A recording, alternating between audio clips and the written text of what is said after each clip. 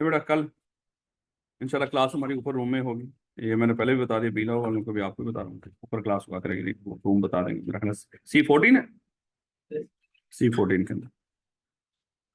नहीं बेटा, आप में से ऐसे बच्चे जो अभी भी बिलो में बैठे हुए थे, कोई है बच्चा अभी भी जो बिलो में बैठे थे? क्योंकि मोस्टली वही बातें रिपीट होनी है जो ओरिएंटेशन टाइप की थी, क्योंकि दोनों सेम है।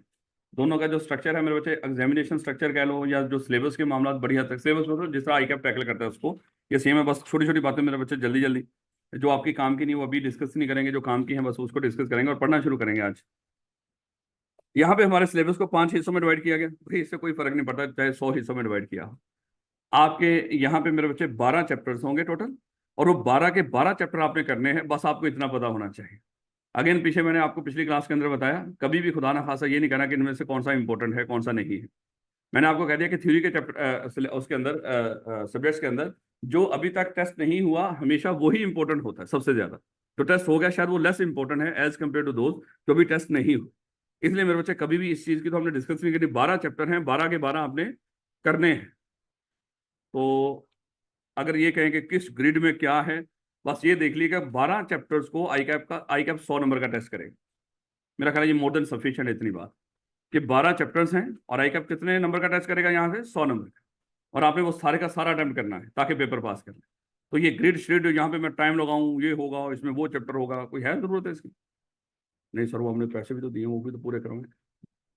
नहीं मेरे बच्चे, इसका फायदा वेस्टेज ऑफ टाइम हो। तो बड़ा अगली बात अभी हम डिस्कस कर रहे थे बिलो में कि हमारा जो पेपर पैटर्न है वो क्या है, बस ये थोड़ा सा पता होना चाहिए कि अगेन मेरे बच्चे हमारा यहाँ पे ऑब्जेक्टिव टाइप 15% और जो सब्जेक्टिव होगा वो 85%।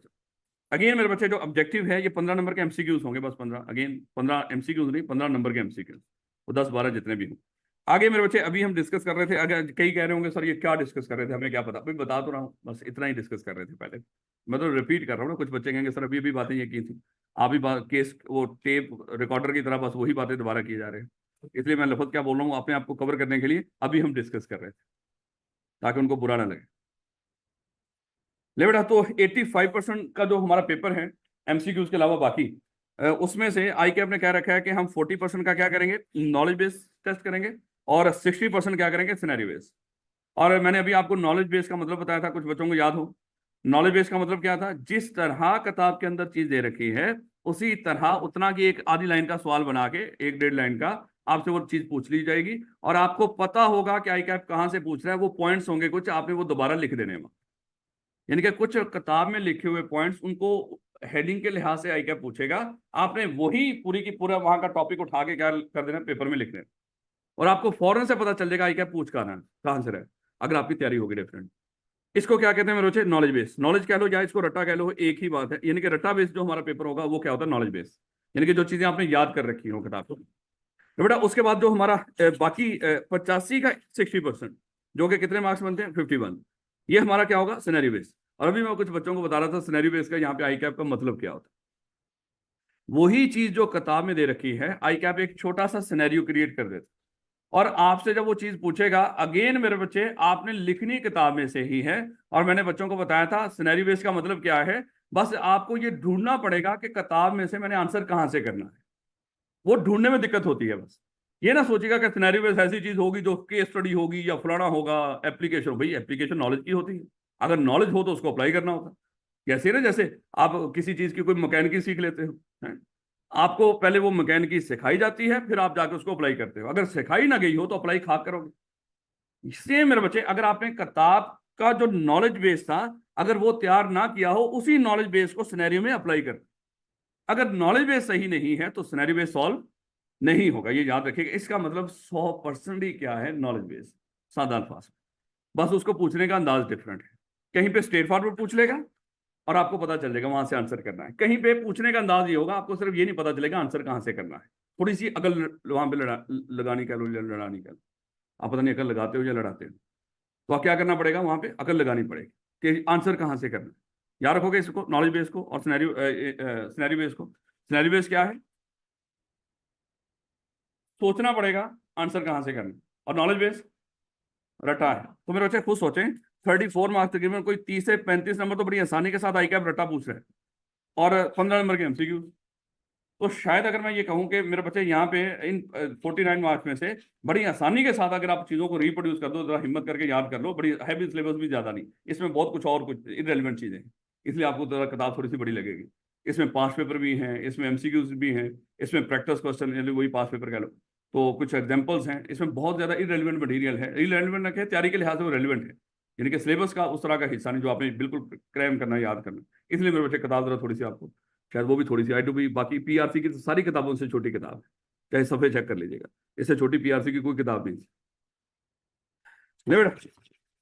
और जब आप याद कर लेंगे इंशाल्लाह तो 51 मार्क्स का सिनेरियो बेस आएगा, उसको क्या कर लोगे। अच्छा, ये केस स्टडीज नहीं होती, मैं बार बार कह रहा हूँ, क्योंकि इधर उधर जब आप सुनते हो ना, जब ओरिएंटेशन करवाते हो तो उसमें हम आपको बताते हैं कि कितनी बड़ी बला चीज़ है ये जो पूछेगा। ये तो मेरे बच्चे सिर्फ मेरे पास क्लास पढ़ रहे हो तो आपको समझ आनी थी, अगर मेरे पास ना पढ़ते तो आपको कदर समझ नहीं आ रही थी। और मार्केट के अंदर जो लोग बैठे हुए ना उनको तो पता ही नहीं ये है क्या, सिर्फ मुझे ही पता है क्योंकि मैं वकील हूँ, है मैं प्रैक्टिसिंग लॉयर हूँ, मेरे इतने सालों का पढ़ाने का तजर्बा है, इसलिए मुझे पता मैं ही बता सकता हूँ, इसलिए आप बड़ी अच्छी जगह पे आ गए मेरे बच्चे। ये इस तरह की बातें होती हैं, लेकिन कोई कोई जगह जगह नहीं, कुछ नहीं, बस किताब में लिखी हुई चीज़ों को क्या करना, याद कर। मुश्किल बात तो नहीं, गोली मारो इन बातों को सारी को, कितने मार्क्स आए हमें उससे कोई लेना देना नहीं है, बस अभी रिसेंट रिजल्ट थोड़ा सा देख लो। 43% आया था आटम 2023 के अंदर, अभी जो लेटेस्ट रिजल्ट आया है उसमें कितना है, 47%, यानी कि हर 100 में से कितने बच्चे पास हुए, 47, यानी कि 53 फेल हुए। अब देखो, लेकिन ये देखिएगा लास्ट टाइम अपियर कितने होते पेपर के अंदर, और पास 1500 कुछ, लेकिन देखो तादाद भी तकरीबन तकरीबन दुगनी होगी, क्योंकि ऑन ऑफ सेशंस होते हैं मेरे बच्चे। अभी ये जो सेशन चल रहा है ये सी लॉ का ऑफ सेशन है, इसमें अगेन इतने के बच्चे अपियर। आटम का सेशन जो होता है वो क्या होता है, ऑफ सेशन होता है सी लॉ, और जो स्प्रिंग का सेशन होता है वो ऑन सेशन होता है, क्योंकि अभी बच्चों ने वो पीआरसी पास किया होता है, या ये कह लो कि कैफ 1 2 3 मोस्टली पास किया होता है, उसके बाद अगला ये ऑप्ट कर रहे होते हैं। जब भी आप देखोगे, खैर ये वैसे मैं कॉलेजेस के लिहाज से बता रहा हूँ कि इनके ऑन ऑफ सेशंस होते हैं, बी लॉ का भी ग्रुप ए बी के ऑन ऑफ सेशंस होते हैं। लेकिन मेरे बच्चे अभी देखोगे इनमें से कोई 1500-1600 बच्चे यहाँ से आए होंगे यहाँ पे, यानी कि कोई 1600 बच्चे वहां से भी आए हैं पिछले जो फेल हुए हुए थे, और बाकी बच्चे कुछ नए बच्चे, और फेल होने वाले बच्चों के बावजूद इसका रिजल्ट क्या हुआ है, बेहतर ही हुआ है, बजाय कि खुदा न खासा मजीद खराब होने। तो इसका मतलब क्या हुआ, पेपर पे भी वैसे डिपेंड कर रहा होता है, रिजल्ट तो होता ही होता है, लेकिन मेरे बच्चों को जो आई का पेपर बनाता है ना उसका बड़ा रोल होता है, खाली आपकी तैयारी का आपको इतना कमाल नहीं होता, तैयारी तो आप हर दफा करते हो, सीए का बच्चा तैयारी कम नहीं छोड़ता, लेकिन मेरे बच्चे उसमें मेन जो रोल किसका होता है, आई कैप ने जो पेपर चेक किया है वो आपका नॉलेज टेस्ट किया है या नर्व्स चेक की है, तो इस पे डिपेंड कर रहा होता है। खैर ये फजूल बात है। लो बेटा, रीजन ऑफ फेलियर में तो देखिएगा थोड़ा सा, क्योंकि लॉ है बार बार भूल जाता है, उसको याद रखने के लिए क्या करेंगे, यहाँ पे पढ़ेंगे, बार बार सुनेंगे, बार बार सुनाएंगे, रिपीट करेंगे। 3 से 4 टेस्ट हमारे रिटन हुआ करेंगे हर वीक में, और बाकी जो जितने दिन हुआ करेंगे उसमें ऑरल टेस्ट हुआ करें, यानी कि जो सुनाएगा क्लास से जाएगा, नहीं तो यहीं पे रहेगा। ये एक बेहतरीन तरीका होता है ताकि हम चीज़ों को तैयार करें। नहीं सर हमने तो जाना है, रिक्शे वाला बैठा होगा बाहर जो भी है, मेरे बच्चे उसको बताइएगा मेरा सबक ही याद नहीं है, जिसने सबक याद नहीं किया उसको छुट्टी, उल्ट नहीं हो गया। हाँ चलो कोई नहीं, लेकिन वो होगा मेरे बच्चे। अच्छा, ये आई कैप के एग्जामिनर कमेंट्स आपको आज या कल ग्रुप्स में शेयर हो जाएंगे। 3 3 अटेम्प्ट्स के मेरे बच्चे एग्जामिनर कमेंट्स। ये वो बंदा है जिसने आपका पेपर बनाया, उसको चलो एटलीस्ट पेपर चेक किया है, इन सारे बच्चों का पेपर टेस्ट चेक करने के बाद उसने अपने कमेंट्स दिए होते हैं। कितना अहम बंदा होता है मेरे बच्चे जो आपका पेपर चेक करता है, फिर आपको गलतियां शेयर करता है आपके साथ कि बच्चों ने क्या गलतियां की। हम टीचर से सुनना चाह रहे होते हैं, सर आप बताएं मैं पेपर कैसे पास कर सकता हूँ, या मैं कौन सी गलतियां करता हूँ जिससे मेरे पेपर पास नहीं होता, खुदा ना खासा जो बच्चे फेल हो जाते हैं वो हमारे पास आते हैं। लेकिन मेरे बच्चे, मैं कहता हूँ कि उनको किसी टीचर के पास जाने की जरूरत नहीं, वो सिर्फ और सिर्फ क्या कर लें, एग्जामिनर कमेंट्स पढ़ लें। अगर वो एग्जामिनर कमेंट्स पढ़ लेंगे, बिलीव मी ये वो बंदा है जिसने आपका पेपर चेक किया है, वो खुद बता रहा होगा एक एक चीज को, एक एक सवाल का बताता है कि यहाँ पे बच्चों ने क्या गलतियां की। अब यहाँ पे देखो, उसने कहा कि फलाना जो क्वेश्चन नंबर 1 था उसमें जो पासिंग परसेंटेज क्वेश्चन वाइज बता रहा है वो, ओवरऑल तो है ही है, ओवरऑल क्या है 34%। ये कौन सी अटेम्प्ट थी, ये आटम 2022 अटेम्प्ट थी, उसमें सीएफई का मेरिट सर्टिफिकेट भी आया। मैं समझाने पे वैसे ही होता ना, थोड़ी सी मार्केटिंग भी हो जाए।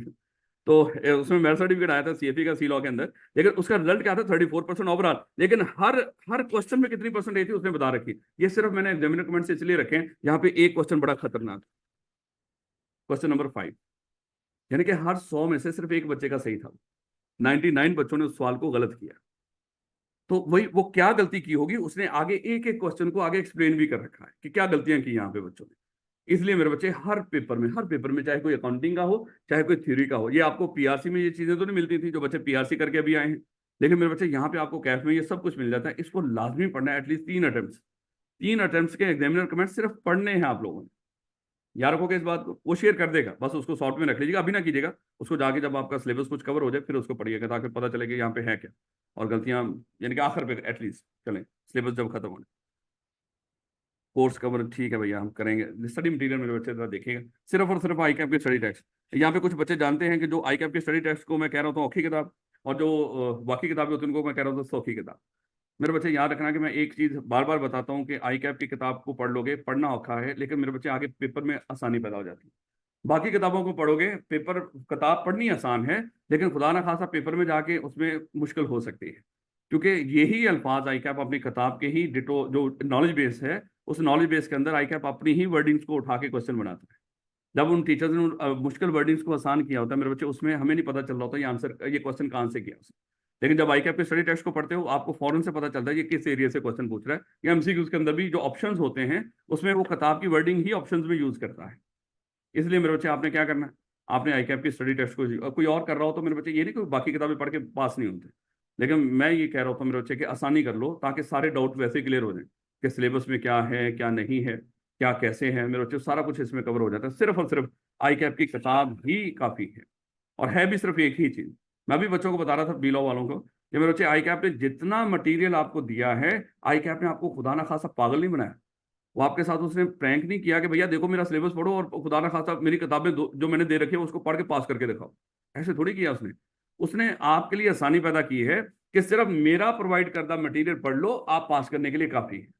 जितनी आई कैप की जितने आप पेपर देने जा रहे होंगे, आई कैप का दिया हुआ मटेरियल जो वेबसाइट के ऊपर अवेलेबल है, सिर्फ वो तैयार कर लो, वो पास करने के लिए बहुत ज्यादा हो जाता है। याद रखोगे इस बात को। तो आई कैप ने सी लॉ के अंदर क्या दिया है, सिर्फ और सिर्फ किताब, इसके अलावा कुछ भी नहीं, ना कोई क्वेश्चन बैंक है ना ही कुछ और। जितना काम का मटेरियल था वो सारे का सारा आपकी किताब में है। बस इस किताब को तैयार करना है, उससे क्या हो जाएगी आपकी पेपर की 100% तैयारी हो जाएगी। एक एक परसेंट भी कमी नहीं रहेगी। हाँ, उसमें वैसे ही कुछ पास पेपर के सवाल इसने जो ज्यादा दे रखे हैं, लेकिन कुछ नहीं भी दिए हुए तो टॉपिक वाइज आपको पास पेपर हम लोग प्रोवाइड कर देंगे। उसको भी आपने हार्ड फॉर्म में मेरे बच्चे कॉपी करवा के अपने पास रखना है, सॉफ्ट में यूज ना कीजिएगा। तो कौन सी किताब इस्तेमाल करेंगे हम, आई कैप की स्टडी। बाकी मेरे बच्चे ये पढ़ने पढ़ाने के अंदाज आपको पता कि हमारे कुछ बच्चों को नहीं पता कि हमारी क्लासें लाइव भी चल रही होती हैं। बच्चा आप यहाँ पे आए या घर बैठ के अटेंड कर ले, और उसके बाद रिकॉर्डेड भी अवेलेबल होती हैं। और आप लोग जितने फास्ट ट्रैक वाले हो, आप सब लोगों को मेरे बच्चे लाइव प्लस रिकॉर्डेड दोनों दिए गए हैं। यानी कि चाहे आपने फिजिकल में एडमिशन लिया है, उसके बावजूद आपको रिकॉर्डेड की एक्सेस भी दे दी गई है। लेकिन मेरे बच्चे उस रिकॉर्डेड की एक्सेस को खुदा ना खासा कभी आप कॉलेज में ना आ सके हो, बारिश आंधियों तूफानों की वजह से। वैसे तो इस तरह के जो बहादुर बच्चे हैं, उनको बारिश आंधी तूफान कुछ नहीं बिगाड़ सकते क्योंकि ये खुद तूफान होते हैं। लेकिन अगर कोई तूफान ना हो, कोई शापर हो, मेरे बच्चे को फिर ना आए। ओ सॉरी, लफ्ज शायद थोड़ा सा गलत हो गया। यानी कि जब तूफान होगा तो उसमें कुछ बच्चे घर से नहीं निकलेंगे ताकि वो शापरों की तरह उड़ ना जाए। तो मेरे बच्चे उस सिचुएशन में आप क्या कर सकते हो, घर बैठ के क्लास अटेंड कर लो, इट्स ओके। लेकिन जिनको उड़ने का डर ना हो, जो खुद तूफान हो, तो मेरे बच्चे तूफानी तरीके से यहाँ पे पहुंचे और अपनी क्लास अटेंड करें। क्लास ना छोड़िएगा मेरे बच्चे। उसके बाद लेकिन ऑप्शन है, देखो अगर खुदा ना खासा इस तरह का मामला हो, आप सब लोग उस दिन कोशिश कीजिए लाइव क्लास अटेंड कर लीजिए। अगर कभी हो भी इस तरह का मामला, लाइव क्लास अटेंड कर लें, रिकॉर्डेड भी शाम तक अवेलेबल हो जाएगी आपको पोर्टल के ऊपर।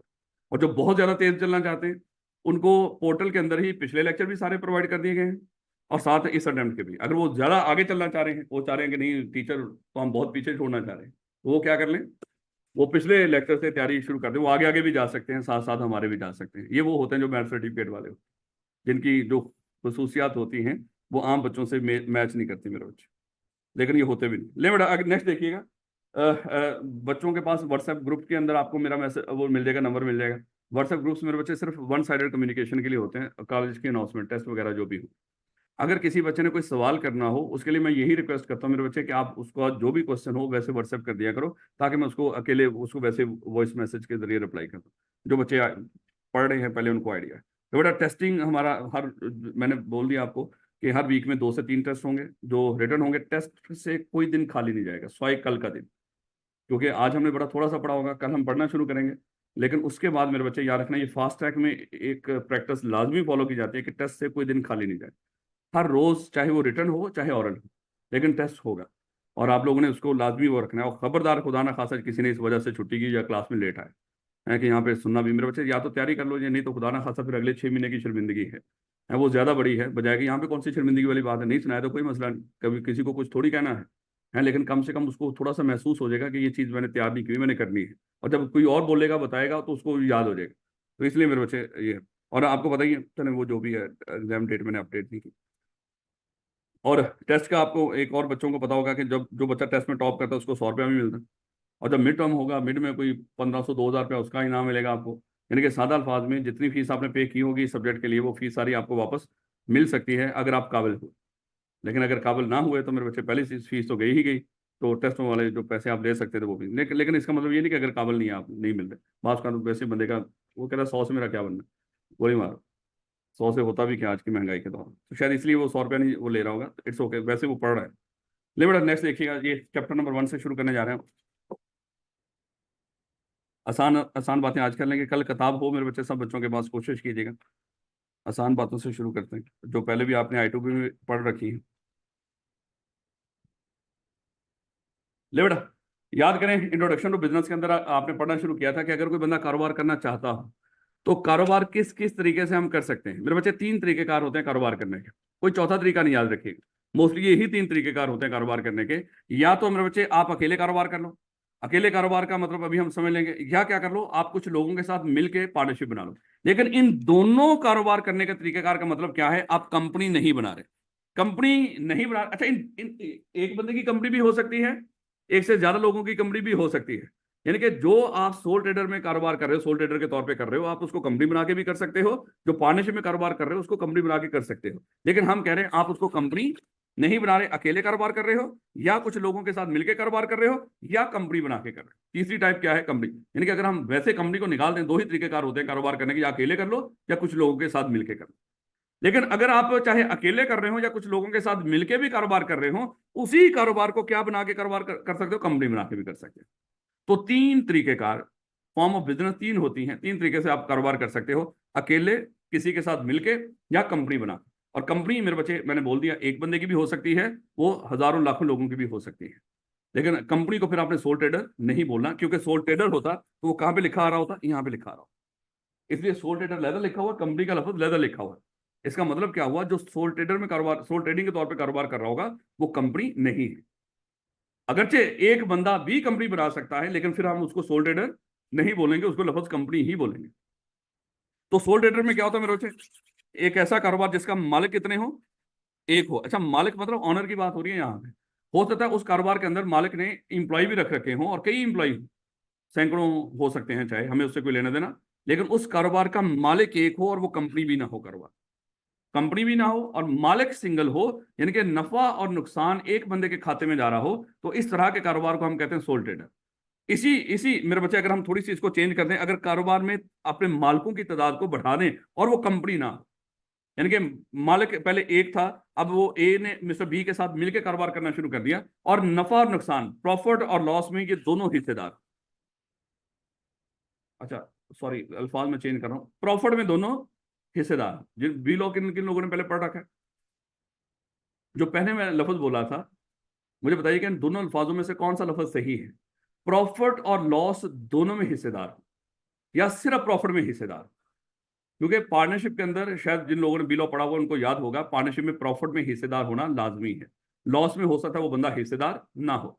खैर, जब जिन्होंने नहीं पढ़ रखा है इंशाल्लाह पढ़ेंगे। तो मेरे बच्चे ये दोनों क्या हो, सादा अल्फाज में फिलहाल प्रॉफिट और लॉस में हिस्सेदार हो दो बंदे या दो से ज्यादा, तो हम उसको क्या बोलेंगे, पार्टनरशिप, अगर वो कंपनी ना हो।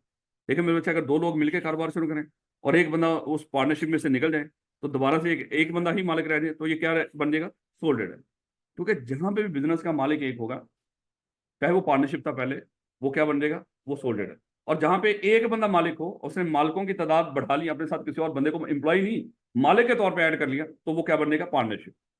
और मेरे बच्चे फिर हमने डिस्कस किया कंपनी, और देखो कंपनी के अंदर मैंने बंदों बंदों को दिखाया ही नहीं, क्योंकि कंपनी एक खुद से एक इंसान होती है मेरे बच्चे, वो वहां वो बंदे नहीं होती। कंपनी खुद से एक इंसान होती है, जो शायद आप अगर देखें तो सामने अगर कोई बिल्डिंग है, हम कहेंगे ये फलानी कंपनी की बिल्डिंग है, एक्चुअली वो बिल्डिंग ही शायद हमारे लिए क्या है, वो कंपनी है। उसमें इंसानों का होना मजे की बात, वहां पे इंसानों का होना भी जरूरी नहीं, किसी इंसान का मालिक होना जरूरी नहीं है। कंपनी खुद एक इंसान होती है, ऐसा इंसान जो हमने खुद बनाया होता है। और बाज का एक कंपनी आगे कुछ और कंपनीज बनाती है, और उस उन कंपनीज की मालिक वो खुद होती है। इसका मतलब है एक ऐसा इंसान जो हमने खुद बनाया था, वो इंसान किसी और बिजनेस का भी मालिक है। खैर अभी ये बातें वैसे वैसे ही बोल रहा हूँ, लेकिन अभी ये दिमाग में रखिएगा कि कंपनी मेरे बच्चे बनाते इंसान है, लेकिन जब वो बन जाती है वो खुद से एक इंसान होती है। और वो एक बंदा भी बना सकता है वो कंपनी, और एक से ज्यादा लोग भी बना सकते हैं। एक बंदा बनाएगा कंपनी तो वो हम बोलेंगे सिंगल मेंबर कंपनी, पढ़ेंगे इसको आगे जाके। और एक से ज्यादा होगी तो other than single member company. लो बेटा, अगर कारोबार करने हो तो कितने तरीके से कारोबार कर सकते हो? कौन कौन वाला?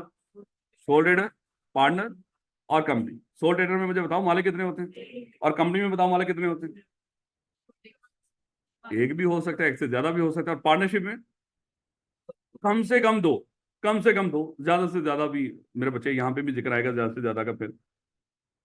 ले बेटा, अब दूसरी बात हमने सीखनी है कि सर आपने कहा कि तीन तरीके से कारोबार कर सकते हैं, तो सर एक ही तरीका क्यों नहीं?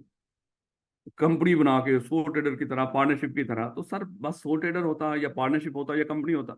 ये तरह तरह के कारोबार करने की वजह क्या है मेरे बच्चे? डेफिनेटली इन सब के कुछ फायदे और नुकसान हैं। अब मेरे बच्चे अगर हम देखें इन जरा थोड़ा सा इन बिजनेसेस के फायदे और नुकसान को देखें। अज्यूम कर लो मेरे बच्चे, अगर आप सोल ट्रेडर के तौर पे कारोबार करते हैं, ये मिस्टर ए है, इस मिस्टर ए ने कोई मेरे बच्चे कोई स्टोर खोल लिया, कोई स्टोर ओपन कर लिया। अज्यूम कर लो ये मेरे बच्चे, ये बंदा मिस्टर ए कहीं बाहर से कमाई करके लेकर आया, बाहर से ये 10 लाख रुपया कमा के लेकर आया। इसने कहा कि ऐसा करता हूँ मैं, कोई कारोबार शुरू कर लेता हूँ, पाकिस्तान में आ ही गया हूँ। तो इसने एक स्टोर बना लिया, उस स्टोर के अंदर उसने 6 लाख रुपया लगा दिया, और 4 लाख रुपया मेरे बच्चे, इसमें से 6 लाख मेरे बच्चे उसने बिजनेस में लगा दिया, और 4 लाख रुपया उसने अपने घर में रख लिया, ताकि या बैंक में रख लिया ताकि घर के मामला को चला सके। और बिजनेस में कितना लगा दिया उसने? 6 लाख रुपए। अब ये तो 6 लाख रुपए उसने लगा दिया। अब पढ़ क्या रहे हैं? Soul trader. अब सोल ट्रेडर हम इस तरह का कारोबार करें, उसमें नुकसान क्या होता है? अब देखिएगा, मेनली हम नुकसान की बात कर रहे हैं, फायदे तो जो है वो लहदा है।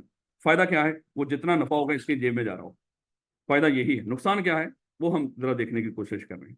मेरे बच्चे, इसने ये कारोबार जब शुरू किया, इसको स्टोर में रखने के लिए कुछ चीजों की जरूरत पड़ गई मजीद। तो इसने क्या कर लिया, किसी मिस्टर ए से कुछ उधार पे सामान खरीद लिया। यानी कि ये कौन है? इसका सप्लायर। सप्लायर ने क्या किया, इसको 2 लाख रुपए का सामान सप्लाई कर दिया। इसी तरह एक दफा इसको कहीं पे कुछ लाइबिलिटी, कोई रेंट शेंट पे करना पड़ेगा, उस स्टोर का पैसे पास नहीं थे। ये किसी बैंक के पास गया और बैंक को जाके कहा कि सर मैंने ये स्टोर का रेंट पे करना है, आप ऐसा कर दें मुझे 4 लाख रुपए दे दें। तो 4 लाख रुपए इसने बैंक से भी ले लिया। खुद का कितना लगाया? 6 लाख। 2 लाख रुपया इसने सप्लायर का उधार देना, जो उससे सामान उठाया हुआ, और 4 लाख रुपया उसने किसी बैंक से भी उधार लिया हुआ उस बिजनेस के लिए। अज्यूम कर लो मेरे बच्चे, अगर इसका ये बिजनेस डूब जाता, अगर ये बिजनेस डूब गया, तो ये मिस्टर ए और बैंक मिस्टर इस, चलो ये कर ले कोई भी सोल ट्रेडर, इस मिस्टर सोल ट्रेडर के पास आए, उसको जाके कहा कि सर वो हमारे पैसे दे दो।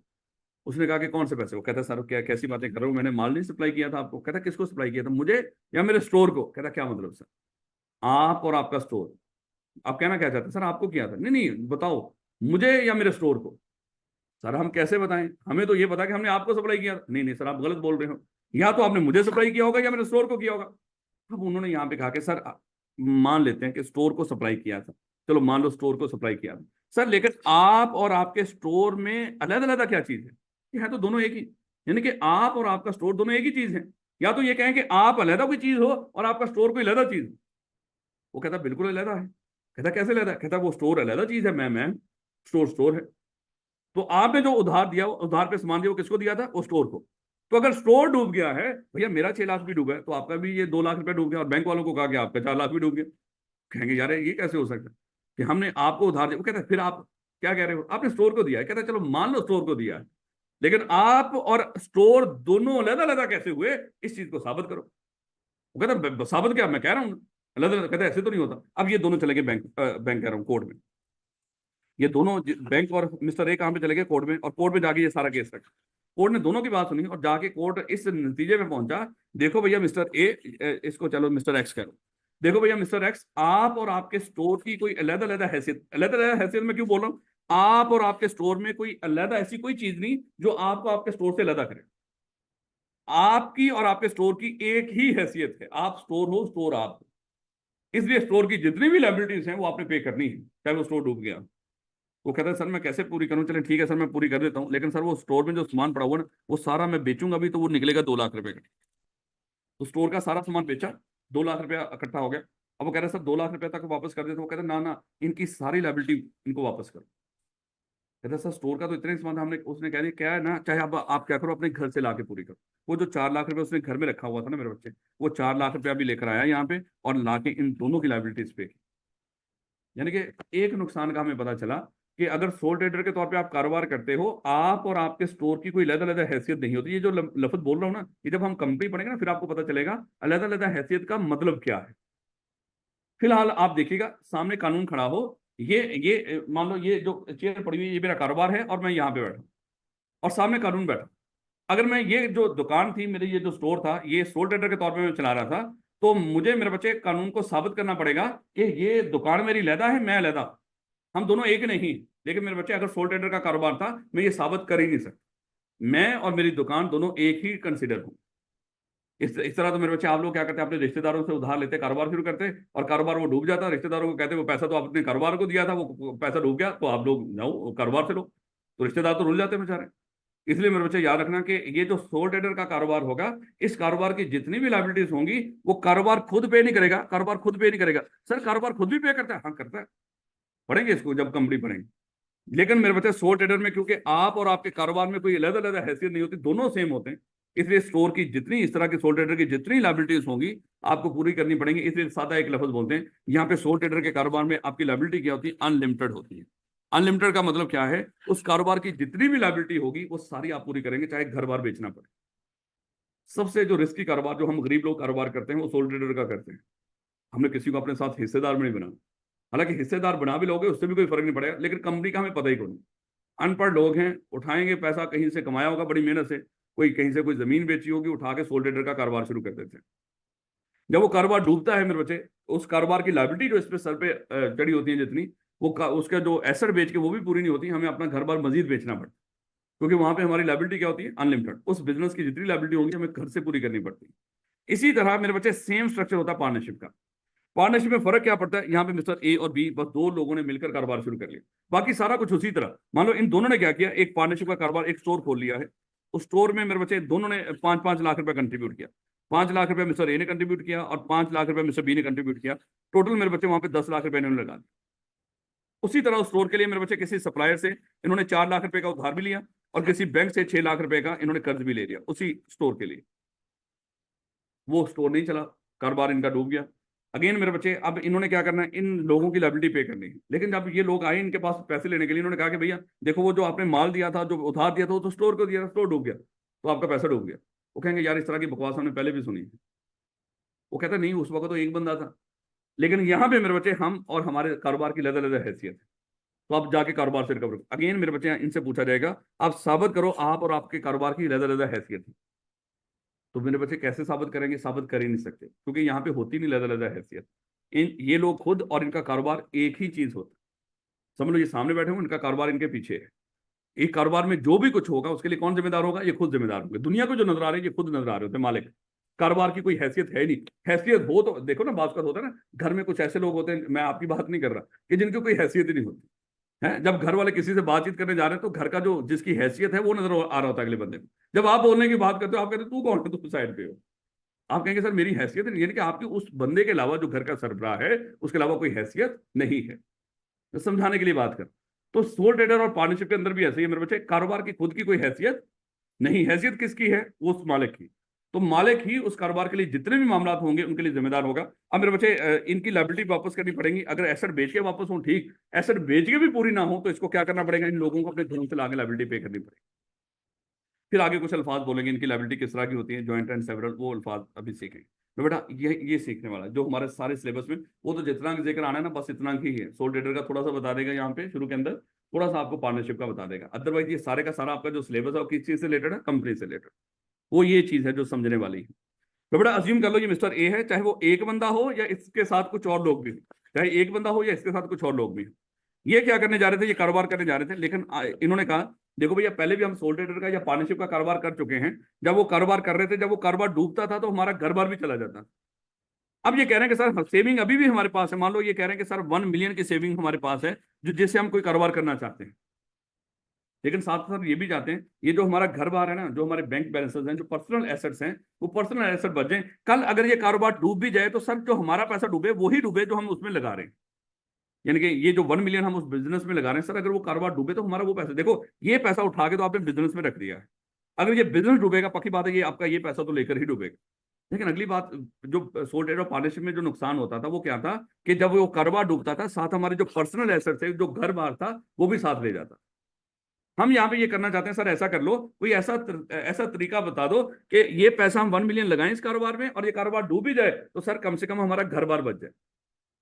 तो यहाँ पे इनको बताया गया सर उसका एक ही तरीका है, आप क्या कर लो, इस कारोबार को कंपनी के तौर पर रजिस्टर्ड करवा लो।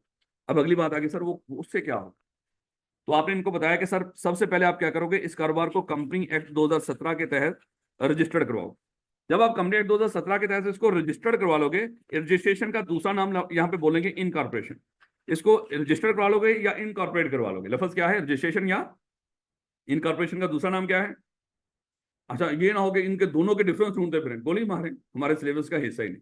बस ये दिमाग में रखिएगा, कंपनी को या तो रजिस्टर्ड करवा लो या इनकॉर्पोरेट करवा लो, एक ही बात है, क्योंकि सिलेबस में कोई और बात नहीं, तो हमें उस चीज की डिटेल में जाने की जरूरत नहीं है। बस यही देखिएगा, ये दोनों एक ही लफ्ज है। कंपनी को क्या करना पड़ता है, या तो रजिस्ट्रेशन करनी पड़ती है या इनकॉर्पोरेशन, अज्यूम कर लो। जब और किस कानून के तहत, कंपनी एक्ट 2017 के तहत, ये आपका अपना कानून ना हो, एक्ट और भी है पाकिस्तान के अंदर, पार्टनरशिप एक्ट भी है और भी बड़े सारे एक्ट हैं, लेकिन याद रखना कॉन्ट्रैक्ट एक्ट है, जैसे आपने पढ़ा था पहले भी, मैं पार्टनरशिप एक्ट जो कुछ 2-4 एक्ट है तो बिलाव वालों ने पढ़ रखी है, याद रखना, और 6-7 एक्ट तो लास्ट 3 चैप्टर्स के अंदर थे, 6 एक्ट तकरीबन कम से कम। तो पाकिस्तान में तो इतने सारे एक्ट्स हैं, ऑर्डिनेंस आपकी सोच है। तो याद रखना ये जो कंपनी बनेगी वो किस एक्ट के तहत बनेगी, कंपनी एक्ट 2017, अगर उसके तहत आप उसको रजिस्टर या इनकॉर्पोरेट करवा लो तो कंपनी अपने मालिकों से अलहदा खुद एक इंसान बन जाएगी। कंपनी क्या बन जाएगी, खुद एक इंसान बन जाएगी, मान लो। लेकिन ये इंसान क्या होगा, ऐसा इंसान जो हमने खुद बनाया, इसलिए इसके लफ्ज क्या बोलेंगे, आर्टिफिशियल पर्सन। ऐसा पर्सन जो कुदरत की तरफ से नहीं बना बल्कि हमारी तरफ से बना है, इसलिए लफ्ज क्या बोलेंगे इसके लिए, आर्टिफिशियल पर्सन। या सादा अल्फाज में ये कह लो कि ये जो एक्ट है 2017, ये क्या है, कानून। इस कानून के तहत आपने इस बंदे को बनाया है, इसलिए इसका दूसरा नाम मेरे बच्चे हम लफ्ज बोलते हैं आर्टिफिशियल पर्सन या लीगल पर्सन। ऐसा पर्सन जो हमने कानून की निगाह में एक इंसान बनाया या कानून के मुताबिक एक इंसान बनाया है। लेकिन याद रखना ये हर जगह पे नहीं बनता, ये कुछ जगहों पे है, कुछ और भी है। ऐसा कंपनी एक्ट के अलावा भी इंसान बनते हैं, याद रखिएगा, आर्टिफिशियल पर्सन। जैसे ये बैंक शैंक हैं, इंश्योरेंस कंपनीज हैं, मुदारबा शुदारबाज, आपका एससीसीपी, आपका आई कैप, आपका एफबीआर, आपका नैब, ये सारे किसी कानून के तहत बने हुए, लेकिन हैं ये भी खुद भी एक इंसान है। आपका आई कैप खुद भी एक इंसान है। याद रखना कि और भी बड़े सारे एक्ट होते हैं जिसमें अगर किसी कारोबार को आप रजिस्टर्ड करवा लो, वो कारोबार खुद क्या बन जाता है, एक इंसान बन जाता है। और ये इंसान बिल्कुल उसी तरह का इंसान होगा कि जिस तरह के आप इंसान हो, फर्क बस जिंदगी का है। जिंदगी क्या, आप सांस लेते हो, ये सांस नहीं लेता, मरता ये भी है, मरते हम भी हैं, मतलब ये। अच्छा चले गोली मारो उस पास, मतलब ये हकीकी मरता है जो दुनिया से जाने वाला हो। लो बेटा, मरेगा ये भी, इसके मरने को हम वर्णिका पे कहेंगे, हमारे मरने को। सर हमने कभी मरने का सोचा ही नहीं। सर कैसी बात कर रहे हो, हम तो इमोर्टल्स हैं सर, इमोर्टल्स। ऐसे ही इमोर्टल ही हो आप लोग, देख लो, सोचो, मरना। सर कैसी बातें कर रहे हो, डरा रहे हो आप। चले मेरे बच्चे, डर डर डर जाएंगे तो मेरे बच्चे बेहतर। सिर्फ डरें, अल्लाह माफ करे, ख्वाहिश ना करें, लेकिन डरें एटलीस्ट कि मरना है। ले बेटा, तो कंपनी क्या है, अगर आप कंपनी को रजिस्टर्ड करा लो कंपनी एक्ट 2017 के तहत, तभी कंपनी बनेगी। एक तो हमें पता चल गया कि कंपनी तभी बनेगी जब उसको रजिस्टर्ड करवाओगे कंपनी एक्ट 2017, और जब रजिस्टर्ड करवा लोगे आपका वही कंपनी कारोबार ही है, और वही कारोबार क्या बन जाएगा, एक इंसान बन जाएगा। और ये आपके जो मालिक होंगे और जो ये जो इंसान होगा, इन दोनों के दरमियान एक दीवार खड़ी हो जाएगी। इस दीवार की इस साइड पे मालिक हैं और इस साइड पे ये कंपनी है। और याद रखना, कंपनी को जब हमने खुद इंसान बोल दिया, अब ये इंसान जो भी कुछ करेगा उस एक्ट्स के लिए, इसकी किसी भी हरकत के लिए इसके मालिक जिम्मेदार नहीं। भाई देखो ना, एक इंसान उस साइड पे खड़े हुए, एक इंसान ये है, ये इंसान अगर कुछ करेगा तो उनका क्या कसूर है, अगर ये इंसान कुछ करे तो इन इंसानों का बेचारों का क्या कसूर। ये इंसान क्या है, दोनों अलग अलग हैं। ये दो लास्ट में बंदे बैठे हुए हैं, एक इंसान कुछ करेगा तो दूसरे का क्या कसूर उसमें। एक बंदा बोल रहा है यहाँ पे क्लास में बोला जा रहा है, तो मैं डांटूंगा दूसरे को भी डांटूंगा या उसको डांटूंगा जो बोल रहा है। भाई दूसरे का क्या कसूर है, एक बंदा बोल रहा है तो उसी को डांटूंगा। एक इंसान के किसी भी अमल के लिए दूसरा इंसान जिम्मेदार नहीं होता। सेम यहाँ पे है मेरे बच्चे। जब कंपनी रजिस्टर्ड करवा ली, हमने कहा कंपनी खुद एक इंसान बन गई। जब ये इंसान बन गई तो इस इंसान के किसी भी मामले के लिए इसके मालिक जिम्मेदार। जब किसी भी मामले के लिए मालिक जिम्मेदार कह दिया तो मेरे बच्चे खुद सोचें।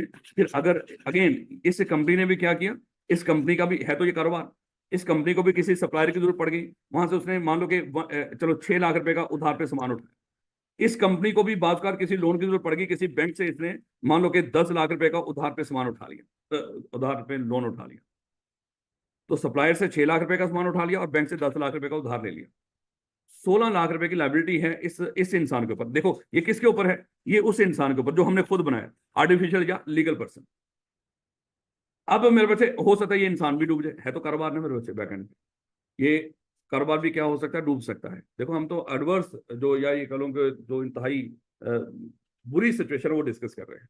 अगर ये इंसान डूब जाए, ये कारोबार डूब जाए, इसके सर पे लाइबिलिटीज हो मेरे बच्चे। हमने लाइबिलिटी जब देखी तो लाइबिलिटी कितनी है, 16 लाख रुपए। अब ये 16 लाख रुपया किसने पे करना है, भाई उसी इंसान ने पे करना है जिसने ये उधार पे लोन लिया था या ये उधार पे सामान उठाया, उसी ने वापस करना। और किसने लिया था, मालिकों ने या इस इंसान ने जो हमने खुद बनाया, आर्टिफिशियल पर्सन जो कानून की निगाह में खुद एक इंसान बन गया था, ये उधार उसने लिया, उसी ने वापस करना है। अब मेरे बच्चे वो कैसे वापस करेगा, मेरे बच्चे सबसे पहले वो क्या करेगा, अपने एसेट्स बेचेगा। मान लो इसके जो टोटल एसेट हैं इस इंसान के वो हैं 10 लाख रुपए के, और लाइबिलिटी कितनी है, 16 लाख रुपए की। मेरे बच्चे मुझे बताएं 10 लाख से 16 लाख पे हो जाए, नहीं तो ये क्या करेगा, 10 लाख रुपया इनमें जिस हिस्से में भी हो सकता हो बांट देगा। ये कंपनी क्या करेगी, दोनों को बांट देगी 10 लाख रुपया। और बाकी वो कहेंगे सर बाकी पैसे, वो कहेगी अब मामला खत्म हो गया, यही थे जो मैंने आपको दे दिए। कहेंगे कोई मसला नहीं, फिर क्या हुआ, आपके मालिक भी तो हैं, हम मालिकों से जाके पैसे रिकवर कर लेंगे। जब ये लोग मालिकों के पास जाएंगे, सर वो हमारा 6 लाख रुपए अभी भी रहता है, वो पे करो, तो मालिक क्या करेंगे, भाई हमने तो आपसे कुछ लिया ही नहीं। वो कहेंगे सर कैसी बात कर रहे हो, सोल ट्रेडर और पार्टनरशिप में भी ऐसी बात करते थे, हमने मना ही लिया था ना आपको, क्या आप नहीं पे कर रहे हैं, तो सर यहाँ पे भी आपने पे करना है। वो कहते हैं जाओ जाके जिस मर्जी कोर्ट में कह दो, जाके किसी कोर्ट में केस कर दो, हमसे पैसे लेकर देखो। मान लो कि ये चले गए कोर्ट में, जाके कोर्ट में कहा कि सर इनसे हमारे पैसे लेकर दें। कोर्ट ने कहा कि हाँ भाई क्यों नहीं पैसे दे रहे, वो कहता है कि सर इस दफा हमने नहीं पैसे देने, किसी और इंसान ने देने। वो कहता है कि इस इंसान ने, सर इस कंपनी ने देने। तो वो वहां पे बता रहे होंगे सर हमने इस कारोबार को कंपनी के एक्ट के तहत रजिस्टर्ड करवा के किया है सर, और आपके कानून के मुताबिक ही जब हम कंपनी एक्ट के तहत कोई किसी कारोबार को रजिस्टर करवा लें, वो कंपनी खुद बन जाती है। और कंपनी खुद क्या होती है, एक इंसान होती है। सर हम उसके किसी मामले के लिए जिम्मेदार नहीं है। तो बड़ी मजे की बात होगी कि यहाँ पे जिनका पैसा डूबेगा वो होंगे जिन्होंने इस कंपनी के साथ ट्रांजेक्शन किए हैं, ना कि इसके मालिक। मालिकों का उतना की डूबेगा जितना कि उन्होंने उस बिजनेस में लगाया था। बिजनेस में कितना लगाया था, 1 मिलियन। यहाँ पे इसलिए लफ्ज हम एक टर्म बोलते हैं कि कंपनी के अंदर जो मालिक होंगे उनकी लायबिलिटी लिमिटेड होगी, यानी कि ये नहीं कि है ही नहीं। लिमिटेड लायबिलिटी का मतलब ये नहीं होता कि है ही नहीं, लायबिलिटी है लेकिन महदूद है। और महदूद किस हद तक है, जितना उन्होंने बिजनेस पे पैसा लगाया। जो लगाया वो तो लेकर बिजनेस डूबेगा मेरे बच्चे, याद रखिएगा। लेकिन जो नहीं लगाया कम से कम वो बिजनेस में नहीं डूबेगा। याद रखोगे, कंपनी बनाने का सबसे बड़ा फायदा क्या होता है, जो मालिक होते हैं उनकी लायबिलिटी लिमिटेड हो जाती है। लायबिलिटी लिमिटेड भी तभी हुई है अगर कंपनी अलहदा इंसान बनी है। अगर कंपनी अलहदा इंसान ना बनती तो मेरे बच्चे इसके सारी लायबिलिटी के लिए किसने जिम्मेदार होना था, अगेन मालिकों ने। और कंपनी इंसान कब बनती है, जब उसको कंपनी एक्ट के तहत रजिस्टर करें। याद रखोगे इस थोड़ी सी बात को, कि 3 तरह के कारोबार हो सकते हैं, सोल ट्रेडर, पार्टनरशिप और कंपनी। सोल ट्रेडर पार्टनरशिप में सबसे बड़ा नुकसान क्या होता है, बड़ा हमारी लायबिलिटी अनलिमिटेड है। बिजनेस का जितना नुकसान होगा वो हमें खुद पूरा करना पड़ेगा, क्योंकि बिजनेस की अलहदा इंसानों वाली, वहां पे सोल ट्रेडर और पार्टनरशिप के बिजनेस की इंसानों वाली सिचुएशन नहीं होती, जिन्हें को खुद इंसान नहीं बनते वो कारोबार। लेकिन हमने डिस्कस किया कारोबार इंसान भी बन सकता है। और वो कब बनेगा, जब उस कारोबार को कंपनी के तौर पर रजिस्टर्ड करवा लो। वो इंसान आपको नजर नहीं आएगा। मान लो कि हमने सीएफई को कंपनी के तौर पर अगर रजिस्टर, अभी तो फिलहाल ये पार्टनरशिप है, लेकिन अज्यूम कर लो कि अगर हम इसको फ्यूचर में जाके इसको कंपनी के तौर पर रजिस्टर्ड करवा लेते हैं, तो जहां पे आप बैठ के पढ़ रहे होंगे आप एक इंसान के पास बैठे होंगे यहाँ। अगरचे वो इंसान कभी भी आपको नजर नहीं आ रहा होगा, लेकिन सीएफई नाम उसका क्या है, सीएफई, और वो है क्या, इंसान। लेकिन फिलहाल नाम अभी इसका सीएफई है, लेकिन ये सीएफई खुद इंसान नहीं है। और इस सीएफई के सारे मामलों के लिए कौन जिम्मेदार है, इसके पार्टनर्स।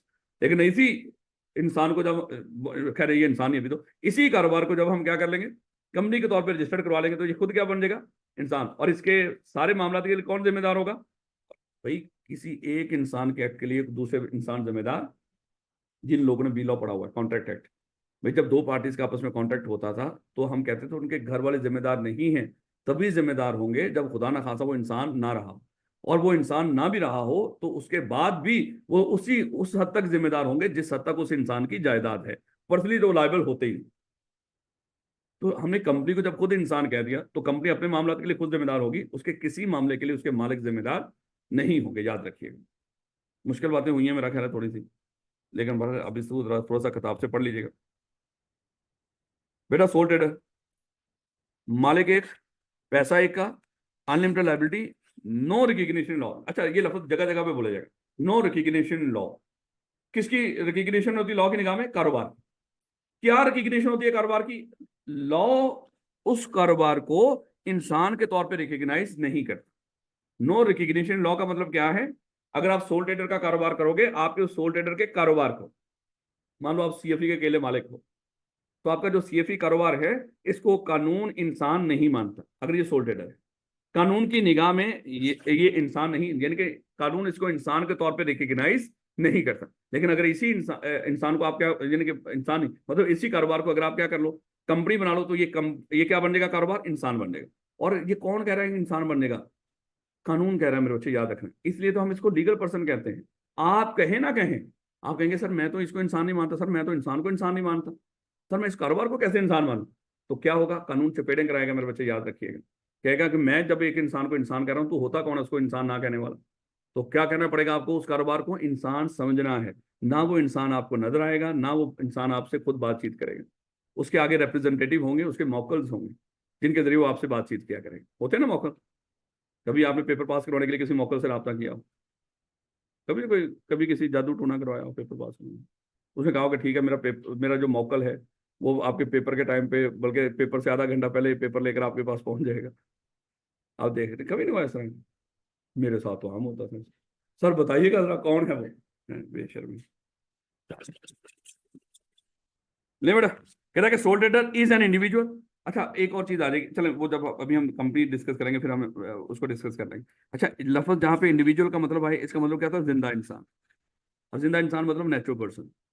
तो चाहे इसको नेचुरल पर्सन बोल दो, चाहे जिंदा इंसान बोल दो, इट्स ओके। खैर इंडिविजुअल बोल दो, सॉरी। सोल ट्रेडर क्या होता है? Individual who owns and runs his और हर ओन बिजनेस। ऐसा बंदा जो अपने कारोबार का खुद मालिक हो, उसको क्या बोलते हैं? एक बंदा मालिक, एक बंदा, एन इंडिविजुअल। एक से ज्यादा हो तो फिर डेफिनेटली वो सोल ट्रेडर। और law does not recognize the business, यानी कि कानून उस बिजनेस को रिकॉग्नाइज नहीं करता। क्या रिकॉग्नाइज नहीं करता? इंसान के तौर पर रिकॉग्नाइज नहीं करता। तो फिर कानून किसको, सोल ट्रेडर के मामले में कानून किसको रिकॉग्नाइज करेगा? सिर्फ मालिक। यानी कि कानून किसको पहचानता है? पहचानता, अच्छा पहचानता। तो कानून किसको पहचानता है? वो मलक रियाज है ना, वो कहते हैं ना मुझे पहचानते भी नहीं है। मैंने इनको वोट तो दे दिया, वोट ऑफ नो कॉन्फिडेंस के अंदर मैंने इनकी मदद की है, लेकिन आप मुझे पहचानते ही कौन नहीं। सादे लोग हैं मेरे बच्चे, आपके लीडर लोग हैं ना, सादे लोग हैं। इतने सादे हैं बेचारे, करप्शन ही नहीं करते, उनको करप्शन करनी नहीं आती। चांदपड़ हैं, निकम्मे से निकम्मा, चवल से चवल, करप्शन में बड़े तेज है। वैसे बोलना भी नहीं आता, लेकिन करप्शन कर करके इतना माल बना रखा है। यानी कि ये वो पागल इंसान है जो लोगों का माल उठा के घर ले आते हैं, लेकिन घर का माल बाहर नहीं लेके जाते। होता ना, खुदा ना खासा कोई बंदा किसी घर में, अल्लाह माफ करे, किसी के घर के पागल हो, पूरे मोहल्ले की चीजें उठा के घर ले आते, लेकिन घर की कोई चीज उठा के बाहर नहीं लेके जाते। भाई लेवल हो गया तेरे पागलपन का भी है। वो कहते हैं घर की सामान उठा के भी कभी बाहर ले आया कर यार, तो सारी हमारी चीजें उठा उठा के घर ले जाता है। ये तकरीबन पागल लोग हैं। लेकिन क्या करेंगे, बाहर से चीजें उठा उठा के अपना घर भर रहे हैं, लेकिन अपने घर का सामान कभी भी बाहर। इसलिए हम क्या करते हैं, क्या कहते हैं इनको? पागल लोग। अल्लाह माफ करे। तो law does not recognize the business as a person. तो लॉ कानून की निगाह में उसका कारोबार इंसान नहीं है, तो इंसान कौन होगा? मालिक। यानी कि कानून किसको जानता है? मालिक। कानून को बिजनेस से कोई लेना देना, क्योंकि बिजनेस की कोई कोई है ही नहीं, हैसियत ही नहीं, वो इंसान है ही नहीं। कानून सिर्फ इंसानों को जानता पहचानता है, याद रखिएगा। कानून सिर्फ इंसानों के लिए है, याद रखोगे इस बात को। आप कहेंगे नहीं सर वो पार्टनरशिप के भी कानून होते हैं। मेरे बच्चे वो वही होते हैं जो आप खुद बनाते हो। रियासत ने उसके कोई इस तरह के कानून नहीं बनाए। याद है पार्टनरशिप, पार्टनरशिप में जो चीजें आपस में तय करोगे वही कानून बन जाती है। अगर कुछ तय नहीं करोगे फिर कानून कहता है मैं मदद कर दूं, ये आपके कानून बनेंगे। अदरवाइज वो कहता है खुद ही डिसाइड कर लो जो भी है। रियासत जो कानून बनाती है वो किसके लिए बनाती है? इंसानों के लिए। इसका मतलब क्या हुआ, जब आप कारोबार को इंसान बना लोगे, वहां पे उस इंसान के ऊपर कौन से कारोबार लगेंगे कानून, रियासत के बनाए, और वो कौन सा, कंपनी एक्ट 2017। खैर, law recognize only the individual who runs it. कानून सिर्फ मालिक को जानता है, मालिक ही उसके सामने सब कुछ है, बिजनेस की कोई हैसियत। लेकिन individual is liable for the debts of the business and is also personally liable for any breaches of the law by the, यानी कि वो जितने उसके उधार होंगे उसके लिए मालिक खुद जिम्मेदार होगा। वो बिजनेस से पूरे ना हो तो घर से पूरे करेगा। और अगर वहां पे उसने ब्रीच ऑफ लॉ की, उस कारोबार ने कोई ब्रीच ऑफ लॉ किया, यानी कि कारोबार में कोई गैर कानूनी काम कर रहे हो, मंशियात बेच रहे हो, वहां पे जुए का अड्डा चला रहे हो, कुछ भी कर रहे हो, उसके लिए जिम्मेदार कारोबार नहीं होगा, बल्कि कौन होगा, मालिक होगा। लेकिन अगर कंपनी बनाओ और वहां पे जुए का अड्डा चलाओ, कौन जिम्मेदार होगा, कंपनी। अनलेस के पता चल जाए कि यहाँ पे आपकी खुद की बदनीयती थी, आपने ये कंपनी बनाई ही इस मकसद के लिए थी, कल हम यहाँ पे 2 नंबर काम करेंगे, और पकड़ी कौन जाएगी, कंपनी, फिर आपको पकड़ा जाएगा। अगर ये बदनीयती साबित ना हो, कंपनी ने खुद ब खुद ही बाद में कोई इस तरह का मंशियात का कारोबार शुरू कर दिया, आपको पता ही नहीं मालिकों को, आपने इस इरादे से कंपनी बनाई नहीं थी, तो पकड़ा कौन जाएगा, कंपनी। लेकिन कंपनी तो आपको नजर ही नहीं आएगी, आएगी नजर मेरे बच्चे, हम सुर्ख लाइटें जलाएंगे, उन सुर्ख लाइटों के अंदर कंपनी नजर आएगी, आप ऐसे ही होगा, नहीं।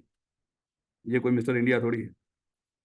बचपन में थे ना, इस तरह की मूवीज देखा करते थे, वीसीआर ला, उस वक्त वीसीआर हुआ करते थे। हम पुराने हैं, लोग हैं मेरे बच्चे, हमें एक्समैन के तौर पे जाने जाते हैं। ऐसे लोग जो खुदा ना खासा बगैर बिजली, बगैर इस तरह की सारी सहूलतों के, उन्होंने ये सारी दुनिया डेवलप होते देखी। हम बड़े, मेरे बच्चे बड़े पहुंचे हुए लोग, हमारी कदर करो। सही बात है, जब हम नहीं रहेंगे तो वो लोग जो ये सारी टेक्नोलॉजी आने से पहले के जो हालात थे, आपको कोई नहीं बताए। तो यकीन कर लो कि हमारे वहाँ पे इर्द गिर्द कहीं बिजली शिजली, मोबाइल तो मेरे बच्चे ये तो कभी सोचा भी नहीं था हमने, कोई ऐसी चीज़ भी आ सकती है। पीडीसीएल के जब पहली दफा कनेक्शन लगने शुरू हुए थे, हम सारे हैरान हुए थे, सारे ऐसे करके बैठे हुए थे, कोई बंदा हमारा रिश्तेदार बोल रहा था, उसकी आवाज वैसी ही थी जैसा वो है, और सारे हम हैरान थे, ये कैसे सुन रहा है ये सारा कुछ है। तो ये मेरे बच्चे, हम वो लोग हैं। और वो कॉल भी कैसे होती थी, हमारी एक वो होती थी, पहले कॉल करते थे वहां पे, पता नहीं उसके लफ्ज क्या बोलते थे, उसका मैं भूल गया। जैसे अभी ग्रिड होता है ना, ये आपका बिजली पहुंचाने वाला, क्या होती थी उसकी, स्टॉक एक्सचेंज, स्टॉक एक्सचेंज नहीं, खाली एक्सचेंज, टेलीफोन एक्सचेंज कह लो, हाँ टेलीफोन एक्सचेंज उसका नाम हुआ करता था। हम क्या करते थे, पहले वो घर में जो लगा होता था नंबर, पहले उनको कहते थे ये फलाना नंबर मिला दो, वो नंबर मिला के फिर वो फोन रख के दोनों की बातें सुनता रहता। वो सारी बात है, जब कॉल करनी वहां से, वो सारी बातें सुन सकता था वो, है। तो वो फिर अगले दिन बता दिया करता था कि क्या बातें हो रही हैं आप लोगों में। तो मेरे बच्चे, इतना खतरनाक किस्म का सिस्टम हुआ करता था, और हम उसी से निकल के आए हुए। मोबाइल लेना बड़ा आसान था, सिम नहीं मिलती थी। अब आपको सिम के साथ बैलेंस भी मिलता है। हमें मोबाइल बाहर से भेज देते थे लोग, जब वो शुरू हुए कुछ जो बाहर गए होते थे, लेकिन हमें सिम, एक भैंस बेच के सिम आती थी, इतनी महंगी हुआ करती थी उस वक्त। तो लेकिन अब आप देखें, खैर वापस आओ, वापस आ जाओ मेरे बच्चे, एक्समैन की बातें पूरी होती। नहीं बेटा, नेक्स्ट क्या था, मतलब पार्टनरशिप। पार्टनरशिप की निशानियां, जिन्होंने तो बिजनेस लॉ नहीं पढ़ा हुआ, वो तो मेरे बच्चे हम बड़ी डिटेल में बिजनेस लॉ के अंदर डिस्कस कर लेंगे, लेकिन थोड़ी सी बातें जरा देख लो, जिन्होंने पढ़ा हुआ उनको पता है। Partnership is a group of individual, पक्की बात है, एक बंदे की कभी पार्टनरशिप नहीं होती, इसमें ग्रुप ऑफ इंडिविजुअल्स का होना जरूरी है, यानी कि एक से ज्यादा इंडिविजुअल्स होना जरूरी है, और जो क्या कर रहे हैं उस बिजनेस को मालिक हों और चला रहे हैं। उसके बाद हर पार्टनर क्या करता है, कैपिटल लेकर आता है। अभी यही देखो, कंपनी लॉ पढ़े, कंपनी लॉ में यही याद रखिएगा, लेकिन वैसे बच्चों को पता है, बिजनेस लॉ जिन्होंने पढ़ रखा है, कि हर मालिक जो, सॉरी, हर जो पार्टनर है वो कैपिटल लेकर नहीं आता। कई लोग स्किल्स लेकर आते हैं, कई लोग ना स्किल्स ना कैपिटल, कुछ भी नहीं, सिर्फ नाम के ही होते हैं, वो नॉमिनल पार्टनर है। वो तो तरह तरह के हमने पार्टनर पढ़ रखे हैं। खैर, उसके बाद a partnership is not recognized as a person by the law. कानून पार्टनरशिप के कारोबार को इंसान के तौर पे कंसिडर नहीं करता। तो फिर इंसान किसको, कानून किसको इंसान कंसिडर करता है, उसके मालिकों को, पार्टनर्स को। यानी कि बिजनेस की इंसानों वाली हैसियत कानून की निगाह में नहीं होती, किस बिजनेस की, पार्टनरशिप बिजनेस की। मान लो कि आप सब लोग ये सीएफई के पार्टनर, मेरे बच्चे मुझे बताएं, कानून की निगाह में आपकी हैसियत होगी, या सीएफई खुद एक इंसान की तरह कानून की निगाह में कोई हैसियत रखता होगा, सिर्फ आपकी हैसियत होगी। अगर ये पार्टनरशिप का कारोबार है, कानून इस पार्टनरशिप के बिजनेस को इंसान के तौर पे रिकॉग्नाइज, जानता भी नहीं, पहचानता भी नहीं, मानता भी नहीं। तो यहाँ पे individual partners are personally liable, वो खुद, इसका मतलब बिजनेस की जितनी लाइबिलिटीज होंगी, लोग क्या होंगे, इंडिविजुअल लायबल, पार्टनर लायबल होंगे, jointly with other partners for the debts of the business. ये एक पूरा कॉन्सेप्ट होता है, जिन्होंने बिल ऑफ पढ़ा है वो उनको पता है, जॉइंट और सेवरल लायबिलिटी का। कि पार्टनरशिप के अंदर मान लो कि आप सब लोग सीएफई के पार्टनर, तो मैं भी आपके साथ पार्टनर। हुआ क्या कि माशाल्लाह जब आप लोग पार्टनर होंगे, खुद सोचे कारोबार कैसा चलेगा, कारोबार डूब गया। अब हुआ क्या कि आप सब लोग गायब हो गए। उसके बाद मैं अकेला फंस गया लोगों को जिनके पैसे देने से। वो क्या कर सकते हैं, वो सारा जो कर्ज था जो इस बिजनेस का था, जो लाइबिलिटी थी, वो सारे लोग मुझसे रिकवर कर सकते हैं। यानी कि पार्टनरशिप के अंदर आपकी जो लाइबिलिटी होती है वो अकेले की भी पूरे बिजनेस के लिए होती है और पार्टनर्स के साथ मिलकर भी होती है। अगर तो पार्टनर नहीं सारे भागे गायब नहीं हुए, आप उनके साथ मिलकर पे कर दो। लेकिन अगर मेरे बच्चे वो पार्टनर गायब हो गए हैं तो एक पार्टनर भी फंस गया, वो सारे की सारी लाइबिलिटी के लिए जिम्मेदार हो। क्योंकि पार्टनर का मतलब ही क्या है, वो आपके साथ दुख सुख के पार्टनर हैं और आप उनकी सारी जिम्मेदारी उठा रहे हो। ये होते हैं ना, वैसे अगर हम बात करें लाइफ पार्टनर की भी अगर हम बात करें, हैं, लेकिन अभी आप लोगों को तो कुछ नहीं पता होगा, लेकिन वहां पर भी यही कॉन्सेप्ट होता है कि वो जो पार्टनर है उसके दुख सुख के लिए भाई आप जिम्मेदार हैं, वो आपके दुख सुख के लिए वो जिम्मेदार है। पता नहीं ये बात समझ आई है? अब खबरदार किसी ने कहा कि सर बात समझ आ गई है। चलो मेरे बच्चों, ये काम की बात। कंपनी को तो देखिएगा मेरे बच्चों, अभी हमने डिस्कस किया था जब कंपनी बना लें, इन दोनों ने मिलकर कंपनी बना ली, तो जिस दिन कंपनी बनाई तो कंपनी खुद से क्या बन जाएगी, एक अलग से इंसान बन जाएगी। और ये इंसान देखो, जब मैं इस तरह का इंसान बनाऊं रोबोट की तरह का, मतलब ये कौन सा है, ये आर्टिफिशियल पर्सन या लीगल पर्सन है। और जब मैं आप जैसा इंसान बनाऊं तो फिर क्या बनाऊंगा, ऐसे ऐसे मेरे से गोल सर वाले लोग, सारे गोल सर ही हैं। लेकिन जब गोल ना हो तो आर्टिफिशियल पर्सन है, क्योंकि आप में अकल ज्यादा है ना मेरे बच्चे। आपको पता है कि इस आर्टिफिशियल इंसान को चलाने के लिए भी गोल सर वाले लोग चाहिए होते हैं। हाँ, क्योंकि उस इंसान वो जो कोर सर है ना मेरे बच्चे, उसका काम ही नहीं करता सर। तो इसलिए गोल सर वाले लोग, आप लोगों के दिमाग ज्यादा अच्छे काम करते हैं, इसलिए उसको मैनेज करने के लिए क्या रखने पड़ते हैं, इंसान, आम इंसान। चलें खैर उनको लो बेटा। तो कंपनी जिस दिन रजिस्टर्ड हुई, कंपनी रजिस्टर्ड या इनकॉर्पोरेट किसके मुताबिक, कंपनी एक्ट 2017 के तहत जिस दिन वो रजिस्टर्ड होगी मेरे बच्चे, वो क्या बन जाएगी, खुद एक इंसान बन जाएगी। अब जब ये कंपनी खुद एक इंसान बन गई, ये इंसान अपने मामला के लिए खुद जिम्मेदार है, यही हमने पढ़ा था। तो इसका नाम क्या होगा, आर्टिफिशियल पर्सन, यानी कि हमने खुद बनाया, या लीगल पर्सन। लीगल पर्सन क्यों बोल रहे हैं, क्योंकि कानून उसको इंसान कह रहा है, हमारे कहने से कोई फर्क नहीं पड़ता। कानून ने उसको कह दिया इसको इंसान मानो, तो हमें क्या मानना पड़ेगा, इंसान। नहीं तो कानून मनवा लेगा आपसे मेरे बच्चे, खुद सोचे, पंजाब पुलिस। लो बेटा, कहता है कि unlike soul trader and partners partnership, A company is a legal person. Company कानूनी इंसान होती है मेरे बच्चे, ये कोई नेचुरल पर्सन नहीं, कानून की निगाह में इंसान बनाया होता है हमने, कानून इसको इंसान मानता है सादा अल्फाज में। लीगल पर्सन का मतलब क्या है, किसकी निगाह में इंसान है, कानून की निगाह में। और जो कानून की निगाह में हो, पक्की बात हो, हमारी निगाह में भी इंसान ही हो। हाँ, जो आपकी निगाह में इंसान है, हो सकता है वो कानून की निगाह में इंसान। देखो ना कानून क्या कर रहा है, लोगों को बेचारों को घरों से उठा उठा के, आप क्या करते हो, यार खुदा का खौफ करो, इंसान है, तो कहेंगे हमारे नजदीक ये इंसान नहीं है। यानी कि जो आपको इंसान नजर आ रहा हो सकता है वो कानून को इंसान नजर, लेकिन जो कानून जिसको इंसान समझता। अब देखो ना, कानून ने भुट्टो को इंसान समझा है, 50 साल के बाद उसको इंसाफ दिया है, क्योंकि इंसान समझ रहा है ना वो, कानून उसको इंसान समझ रहा है। आप कह रहे हो सर वो तो है ही नहीं दुनिया पे, आप कोई कानून कह रहा है मेरे नजदीक है, आपको नजर नहीं आ रहा, मुझे नजर आ रहा है। और लेकिन हम कह रहे हैं कि सर वो इमरान खान अभी जेल में है, उसको भी इंसाफ दे दो। कौन है इमरान खान, वो हमें नजर ही नहीं आ रहा। मतलब कानून को पता है कि मैंने किसको इंसान मानना है, किसको इंसान नहीं माना। तो जो कानून को इंसान नजर आएगा वही इंसान है हकीकत में मेरे बच्चे।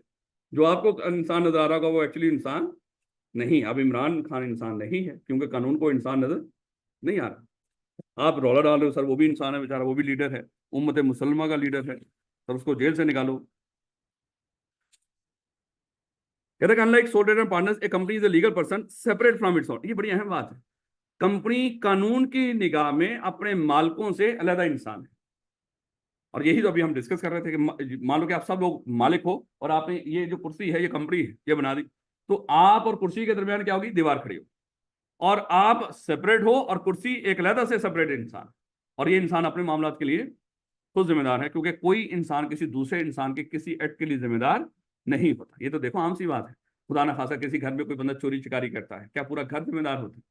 लेकिन अगर तो पंजाब में हो फिर तो पूरा घर जिम्मेदार होता है। ये तो आम सी बात है कि एक बंदा चोरी करेगा पूरा घर उठा के लेके चले जाए, भाई पूरे घर का क्या कसूर उसमें। लेकिन भाई हमारे यहाँ पे ऐसे ही होता है। कहता है कि this is called doctrine of corporate personality. लो बेटा, आज के बाद आपको पता चल गया डॉक्ट्राइन ऑफ कॉर्पोरेट पर्सनैलिटी किसको कहते हैं। जब कंपनी को आप रजिस्टर्ड करवा लो, इनकॉर्पोरेट कर लो, कंपनी अपने मालिकों से अलग इंसान बन जाती है। और किसकी निगाह में इंसान बन जाती है, कानून की निगाह में। देखिएगा, अगर पेपर में पूछ ले, डॉक्ट्राइन, डॉक्ट्राइन कहते हैं असूल को। असूल किस चीज का, कॉर्पोरेट पर्सनैलिटी। यानी कि हमने क्या की है, एक कॉर्पोरेट पर्सनैलिटी बनाई है, या ये कह लो कॉर्पोरेट पर्सनैलिटी का एक असूल पढ़ रहे हैं। सर ये कॉर्पोरेट पर्सनैलिटी का असूल का मतलब क्या है? यानी कि ये कह लो कि जो कॉर्पोरेट इंसान की बात कर रहे हैं, एक ऐसा इंसान जो हमने खुद बनाया हो, ये उस पर्सनैलिटी का जिक्र हो रही है। डॉक्ट्राइन ऑफ कॉर्पोरेट पर्सनैलिटी क्या है? कॉर्पोरेट पर्सनैलिटी का असूल ये होता क्या है? जब कंपनी को आप एज ए कंपनी, पहले तो लफ्ज कंपनी बोलो ही ना, बिजनेस बोलो। जब बिजनेस को आप एज ए कंपनी रजिस्टर्ड करवा लो, तो वो कंपनी क्या बन जाती है? अपने मालिकों से अलग इंसान। और इस इंसान के भी वही राइट्स और ऑब्लिगेशंस होते हैं जो आम इंसान के होते हैं। इस असूल को क्या कहते हैं? Doctrine of corporate personality. आज के बाद अगर कोई बंदा आपसे पूछ ले, अच्छा बताओ डॉक्ट्राइन ऑफ कॉर्पोरेट पर्सनैलिटी क्या है, यानी कि कॉर्पोरेट पर्सनैलिटी, वो कॉर्पोरेट एक इंसान होता है, वो क्या असूल क्या है, उसको इंसान मानने का असूल क्या है? हमने कहा कि देखो, जब बिजनेस को आप कंपनी के तौर पे रजिस्टर्ड करवा लो, तो वो अपने मालिकों से अलहदा इंसान बन जाता है।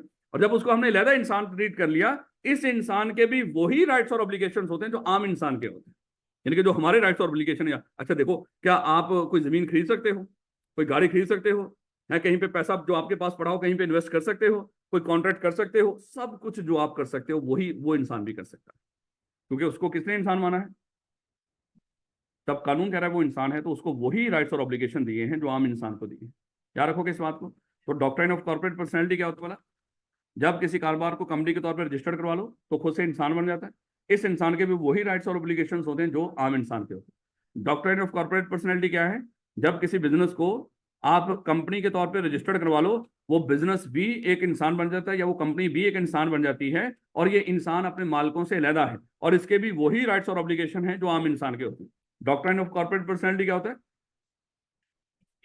जब बिजनेस को कंपनी के तौर पर रजिस्टर करवा लो, वो खुद से एक अलहदा मालिकों से अलहदा इंसान बन जाता है, उस इंसान के भी वही राइट्स और ऑब्लिगेशन होते हैं जो आम इंसान के होते हैं। मुश्किल बात नहीं। तो मेरे बच्चे अच्छा देखिएगा, पेपर के अंदर अगर वो पूछ रहे sir doctrine of corporate personality क्या होगा, ये आगे ना सिर्फ बता ही डॉक्ट्राइन ऑफ कॉर्पोरेट पर्सनैलिटी को रहे।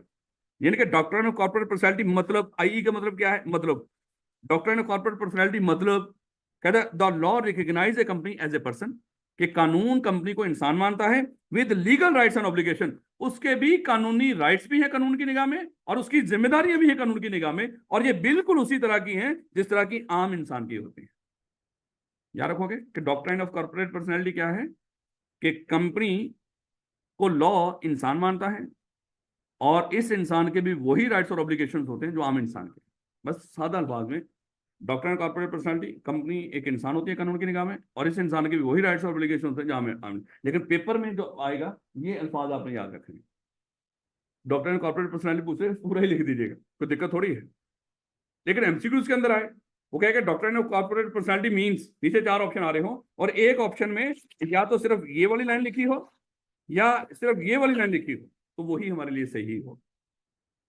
याद रखोगे, कोई और बातें कर रहा होगा, हमें उससे कोई लेना देना नहीं। मेरे बच्चे,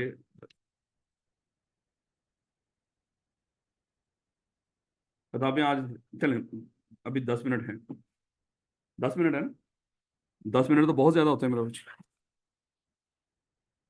लवड़, कल किताबें सबके पास होनी चाहिए। कहता है company is an artificial person. अच्छा आज के बाद ये याद रखिएगा, जब भी बात होगी पर्सन की, जिन बच्चों ने आई भी पढ़ा हुआ है उनको पहले ही पता है, लेकिन जिन्होंने नहीं पढ़ा हुआ मेरे बच्चे, क्योंकि कई बच्चे बगैर पढ़े पास कर गए उसको, तो उनके लिए है कि जहां पे लफ्ज आज के बाद पर्सन नजर आए, जहां पर भी पूरी आपके सीए के अंदर, पर्सन का मतलब क्या होता है? Natural person plus artificial person, दोनों।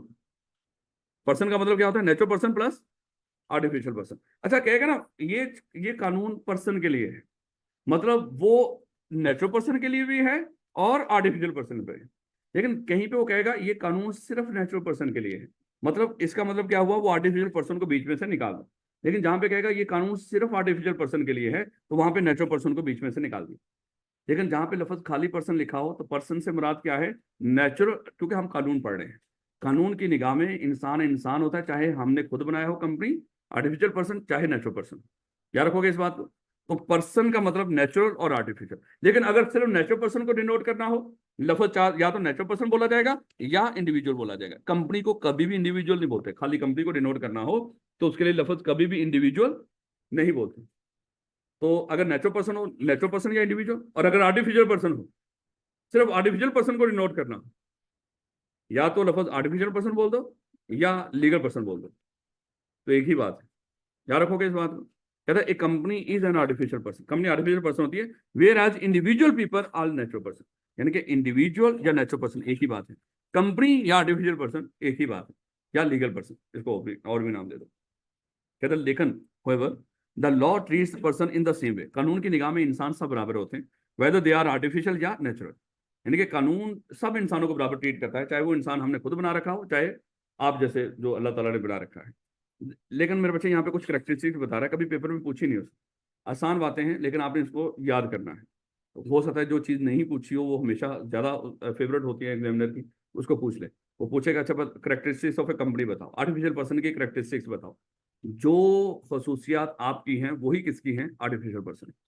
बस आपने किसके लिहाज से उसको लिखना शुरू कर देना, आर्टिफिशियल पर्सन के लिहाज से। अगर हम बात करें सबसे पहले कॉन्ट्रेक्चुअल राइट्स एंड ऑब्लिगेशन, भैया यहाँ पे आप सीलो की क्लास में बैठे हो, पक्की बात है सीएफई के साथ कॉन्ट्रैक्ट करके ही बैठे हो। और ये तो हमें बचपन में पढ़ लिया था, जब भी कोई बंदा कॉन्ट्रैक्ट करेगा पक्की बात है उसका राइट भी क्रिएट होगा, उसका ऑब्लिगेशन भी क्रिएट होगा। याद है ना। तो खाली कॉन्ट्रैक्ट लफ्ज बोल देते ना कि कंपनी कॉन्ट्रैक्ट कर सकती है, इट्स ओके, लेकिन उसने आगे लफ्ज उस कॉन्ट्रैक्ट को कंप्लीट कर दिया कि कंपनी कॉन्ट्रेक्चुअल राइट्स, कॉन्ट्रैक्ट के तहत राइट्स भी क्रिएट कर सकती है और ऑब्लिगेशन भी क्रिएट हो सकते हैं उसको। और ये तो पक्की बात है, जब भी कॉन्ट्रैक्ट होगा उसमें राइट्स और ऑब्लिगेशन दोनों हो। सादा अल्फाज में कहना चाह रहा है कंपनी आम इंसान की तरह कॉन्ट्रैक्ट कर सकते हैं। कल देखो ना आप इंशाल्लाह जब आप सीए क्वालिफाई कर लोगे या एटलीस्ट जब आर्टिकल्स कंप्लीट होंगे, आप किसी कंपनी में नौकरी करोगे, जब आप किसी कंपनी में जाके जॉब के लिए अप्लाई करोगे और वहां पे इंटरव्यू के सारा प्रोसेस गुजरने के बाद आपका कॉन्ट्रैक्ट साइन हो रहा होगा उस कंपनी के साथ, आप शायद किसी इंसान के साथ कॉन्ट्रैक्ट नहीं कर रहे होंगे, किसके साथ कर रहे होंगे, कंपनी के साथ। तो एम्प्लॉयमेंट कॉन्ट्रैक्ट आप और उस कंपनी के दरमियान, मान लो कि आप नेस्ले में चले जाते हो, एंग्रो में चले जाते हो, या कोई इस तरह की बथेरी कंपनी है पाकिस्तान के अंदर, फौजियों की भी बड़ी सारी कंपनीज हैं, आप वहां पे भी जा सकते हो। तो अगर आप वहां पे चले जाते हो तो मेरे बच्चे एक्चुअली आप और उस कंपनी का आपस में कॉन्ट्रैक्ट हो, यानी कि वो कंपनी खुद आपके साथ बैठ के कॉन्ट्रैक्ट कर रही हो। बोला था बात है किसी अपने रिप्रेजेंटेटिव के जरिए, लेकिन होगा कॉन्ट्रैक्ट क्या, आप वर्सेस फलानी कंपनी, आप वर्सेस सीएफई अगर कंपनी है, आपका कॉन्ट्रैक्ट किसके साथ हुआ है, सीएफई के साथ। याद रखोगे इस बात को। एज ए लीगल पर्सन, क्योंकि हम उसको इंसान मानते हैं, एक कंपनी में enter into contracts with other person, individual या अदर कंपनी। मतलब एक कंपनी आर्टिफिशियल पर्सन किसी नेचुरल पर्सन से भी कॉन्ट्रैक्ट कर सकती है, किसी और आर्टिफिशियल पर्सन से भी कॉन्ट्रैक्ट कर सकती है। जैसे होते ना एक कंपनी दूसरी कंपनी के सप्लायर है, पक्की बात उनका कॉन्ट्रैक्ट हुआ होगा। एक कंपनी दूसरी कंपनी की बायर है, उसे बना हुआ माल खरीदती है, पक्की बात उनका क्या हो रहा होगा, कॉन्ट्रैक्ट हो रहा होगा। तो इसलिए जैसे बैंक है आपको लोन देते हैं, बैंक खुद एक, अभी मैं कंपनी लफ्ज नहीं बोलूंगा, बैंक खुद एक आर्टिफिशियल पर्सन, हाँ ये लफ्ज काफी है, बैंक खुद क्या है, एक आर्टिफिशियल पर्सन है। तो बैंक क्या जब आपकी कंपनी को लोन देगा, क्या एक आर्टिफिशियल पर्सन का दूसरे आर्टिफिशियल पर्सन से कॉन्ट्रैक्ट नहीं होगा, बिल्कुल। तो एक कंपनी आम जिंदा इंसान से भी कॉन्ट्रैक्ट कर सकती है और आर्टिफिशियल पर्सन के साथ भी। और जब कॉन्ट्रैक्ट करेगी तो पक्की बात है राइट्स और ऑब्लिगेशन दोनों क्रिएट हो। उसके बाद डेट्स एंड लायबिलिटी, मुझे बताओ कि आप उधार ले सकते हो, और जब उधार लेते हो आप खुद पे करते हो या कोई और पे करता है। हकीकत में देखें फिलहाल तो अगर कहीं से उधार मांगेगा कोई देगा नहीं, अगर दे भी दिया तो कहाँ पल्ले से कहाँ से पे करोगे, घर वालों से लेकर दे। चलें लेकिन हम हकीकत की बजाय किताब की तरफ आते हैं, वो स्लाइड बंद हो गई थी इसलिए बातें कर रहा हूँ।